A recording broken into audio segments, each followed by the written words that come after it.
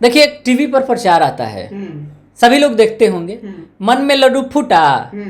ये मन में लड्डू फोड़ने वाली बात किसके मन में? अब इसी सब को देखते हुए मन में लड्डू फोड़ दिया होगा भाई वीरेंद्र ने तेजस्वी के मन में। तेजस्वी के साथ साथ तमाम आरजेडी कार्यकर्ताओं के मन में भी लड्डू फूटेंगे। नमस्कार, मैं हूं राजमोहन तिवारी और आप जुड़ चुके हैं लाइव बिहार के साथ। आज 75वां स्वतंत्रता दिवस है और ये पहले कई दिनों से काफी ज्यादा चर्चा में भी रहा, क्योंकि राष्ट्रीय जनता दल के विधायक और प्रवक्ता भाई वीरेंद्र ने कुछ दिन पहले एक दावा किया था कि इस बार स्वतंत्रता दिवस पर गांधी मैदान में झंडा तेजस्वी यादव फहराएंगे।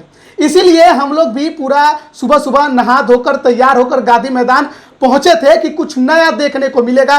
पिछले 15 सालों से एक ही तस्वीर लगातार देखने को मिल रही है, लेकिन जब गांधी मैदान पहुंचे तो वही पुरानी तस्वीर, वही पुराने मुख्यमंत्री नीतीश कुमार, वही पुराने भाषण, वही पुरानी बातें, वही पुरानी अदाएं एक बार फिर नजर आई। बस कुछ था नया, तो वो ये कि चेहरे पर मास्क था। इसी पर बात करेंगे। हमारे सहयोगी अभिषेक हमारे साथ जुड़े हैं। आप भी गए थे गांधी मैदान, कुछ नया दिखा? तेजस्वी यादव झंडा फहराते नजर आए? देखिए सर, संदेह में आप थे, आपको संदेह था, हम तो कल ही क्लियर हो गए थे। जीतन राम मांझी का एक ट्वीट है, जो जीतन राम मांझी लंबे समय तक महागठबंधन में भी रहे हैं, तो तेजस्वी के बारे में बखूबी जानते हैं, आरजेडी के बारे में बखूबी जानते हैं। उन्होंने कल ही एक ट्वीट कर दिया है और ट्वीट करके ही उन्होंने सारा जो ये कार्यक्रम है उस पर पूर्ण विराम लगा दिया है तेजस्वी का। देखिए पहले ट्वीट में क्या लिखा है इन्होंने साफ साफ ट्वीट करते हुए लिखा है कि कल 15 अगस्त है और झंडा माननीय मुख्यमंत्री नीतीश कुमार जी ही फहराएंगे, किसी को कोई शक नहीं होना चाहिए। तो भाई शक के दायरे में जो होगा वो गांधी मैदान जाएगा। मैं नहीं गया था। अच्छा, तो मैं गया था, मुझे शक था, मुझे लगा शायद कुछ नया देखने को मिले। भाई प्रवक्ता आरजेडी के, उन्होंने बड़ा दावा किया है। तेजस्वी यादव झंडा फहराते नजर जरूर आए, राबड़ी आवाज पर पहले फहराया और उसके बाद जहां उन्हें नहीं फहराना चाहिए था, जहां उनके प्रदेश अध्यक्ष को फहराना चाहिए था, वहां भी वही फहराते नजर आए। बात हम राजद कार्यालय की कर रहे हैं, जहां पर प्रदेश अध्यक्ष जगदानंद सिंह को आधिकारिक तौर पर झंडा फहराना चाहिए था, लेकिन जगदानंद सिंह आज फिर स्वतंत्रता दिवस के मौके पर भी वहां पर नहीं पहुंचे और उनकी जगह जो झंडा फहराया वो नेता प्रतिपक्ष तेजस्वी यादव ने। इस पर क्या कहेंगे? देखिए, तेजस्वी यादव अभी पार्टी में किसी भी पद पर नहीं है, महज एक विधायक हैं। तो ये तो के नेता है विधानसभा में, विपक्ष के नेता है। पार्टी में उनका कोई ये नहीं है, पद नहीं है उनके पास। और ऐसे में अगर ये फहराते हैं तो फिर हम तो यही कहेंगे कि परिवारवाद वाली पार्टी का जो बात लगातार इनके विपक्षी करते आ रहे हैं वही दिखने को भी मिल रहा है सामने सामने।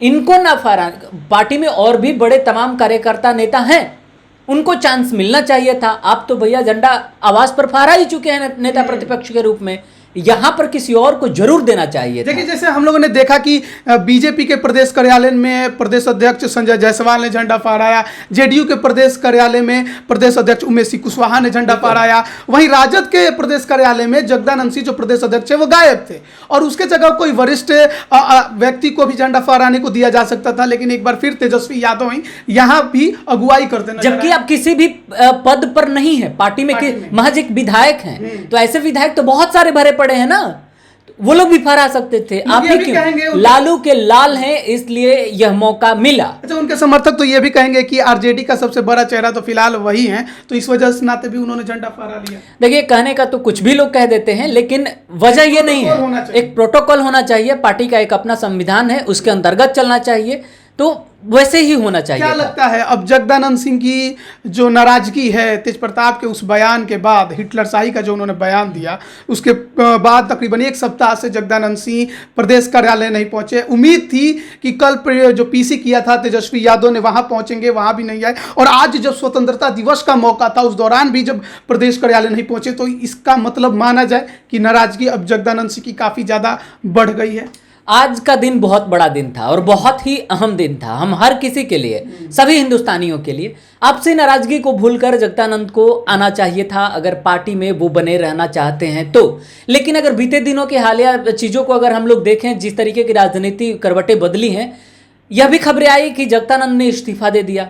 लालू से दिल्ली में मुलाकात हुई, लालू तेजस्वी और जगदानंद की मुलाकात हुई, बातचीत हुई, उसके बाद फिर वो पार्टी दफ्तर आना शुरू हुए उससे पहले भी वो नाराज चल रहे थे और एक बार फिर ऐसा बयान तेज प्रताप की तरफ से आया कि एक बार फिर से नाराज हो गए हैं। और मुझे नहीं लगता कि अब तेजस्वी हाल फिलहाल में इस डैमेज को कंट्रोल कर पाएंगे। कोशिश करते नजर आ रहे हैं, कोशिश ही कर सकते हैं, क्योंकि वो तेज प्रताप को भी नहीं रोक सकते और जगदानंद ऐसे ही वरिष्ठ नेता है, एक वरिष्ठ नेता जो कि प्रदेश अध्यक्ष है, जिसके ऊपर इतना बड़ा बयान, एक विधायक, क्योंकि अभी तेज प्रताप उस पार्टी में केवल एक विधायक के नाते हैं, तो एक विधायक इस प्रकार जब बयान देता है प्रदेश अध्यक्ष के खिलाफ, उसके खिलाफ कोई अनुशासनात्मक कार्यवाही नहीं होती है। तेजस्वी यादव खुद उसके अपने भाई के खिलाफ बयान नहीं दे पाते हैं। निश्चित तौर पर यह दर्शाता है कि राजद के अंदर सब कुछ ठीक भी नहीं है और तेज प्रताप पर किसी का कंट्रोल भी नहीं है। देखिए, हमको सेल्फ रिस्पेक्ट चाहिए, कुछ मिले या ना मिले, हम जहां भी रहें, सेल्फ रिस्पेक्ट हर किसी को चाहिए। यह अधिकार जगदानंद का भी है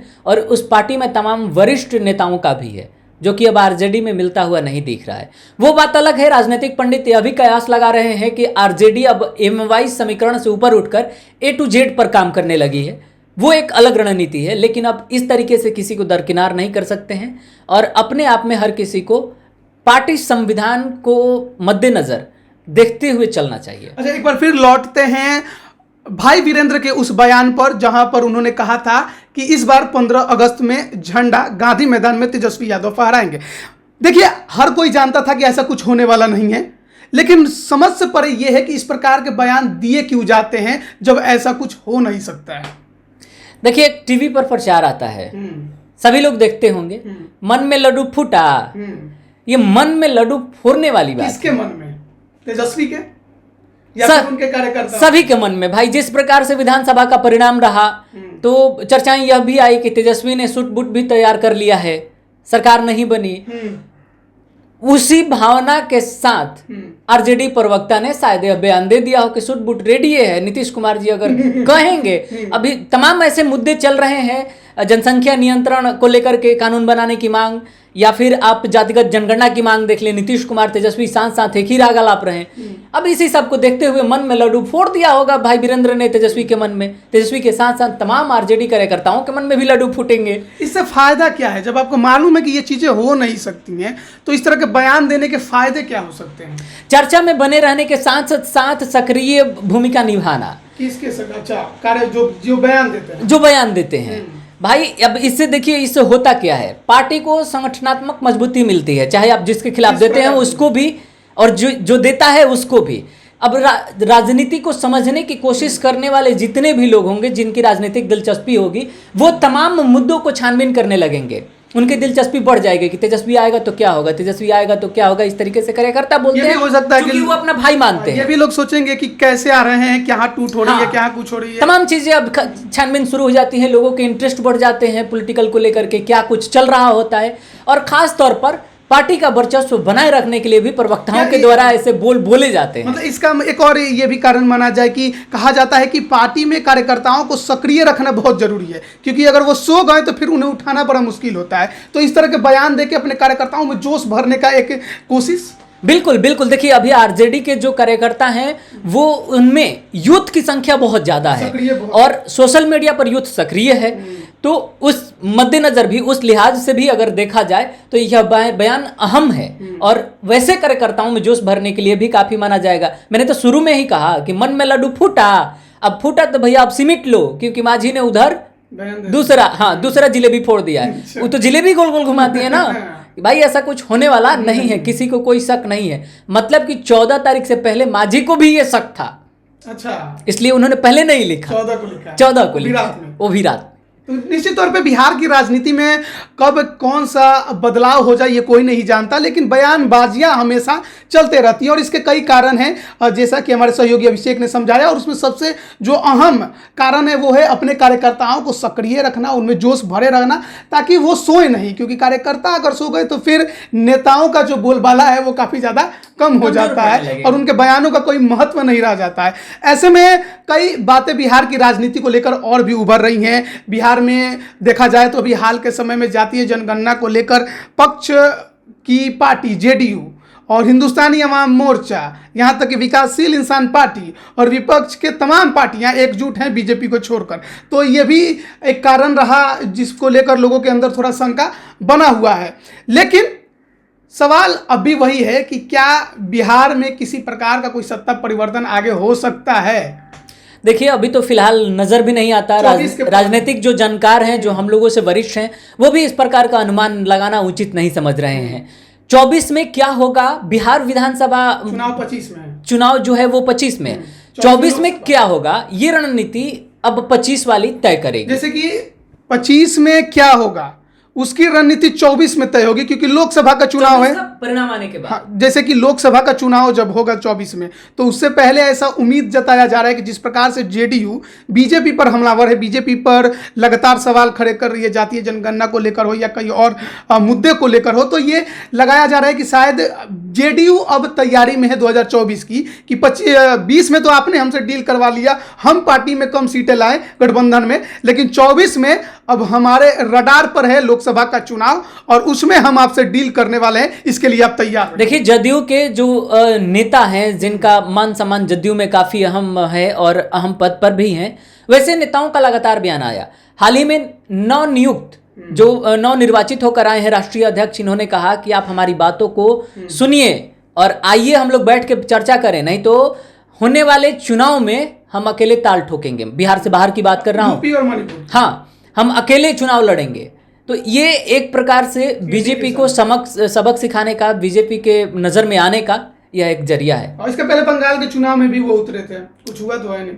तो उम्मीद बिहार की राजनीति में काफी ज्यादा लगाई जाती हैं और खासकर बिहार की राजनीति चलती भी ऐसी है। कब सरकार बदल जाए कोई जानता नहीं है। महागठबंधन का 2015 में सरकार बना और 17 में आते आते वो कब एनडीए में बदल गया कुछ पता ही नहीं चला।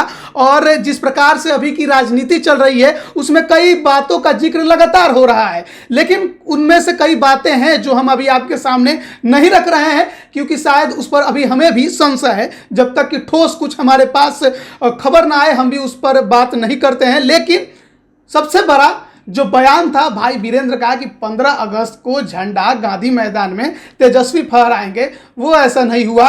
और जो 2005 से जो कहानी चली आ रही है गांधी मैदान में झंडा फहराने की नीतीश कुमार की, वो आगे भी अभी तक तो जारी है। अब आगे के लिए आप बने रहिए हमारे साथ। आपका अभिषेक बहुत बहुत धन्यवाद कि आप हमारे साथ जुड़े रहे और आपने तमाम कई मुद्दों को बेहतर तरीके से समझाया। आप सभी का बहुत बहुत धन्यवाद।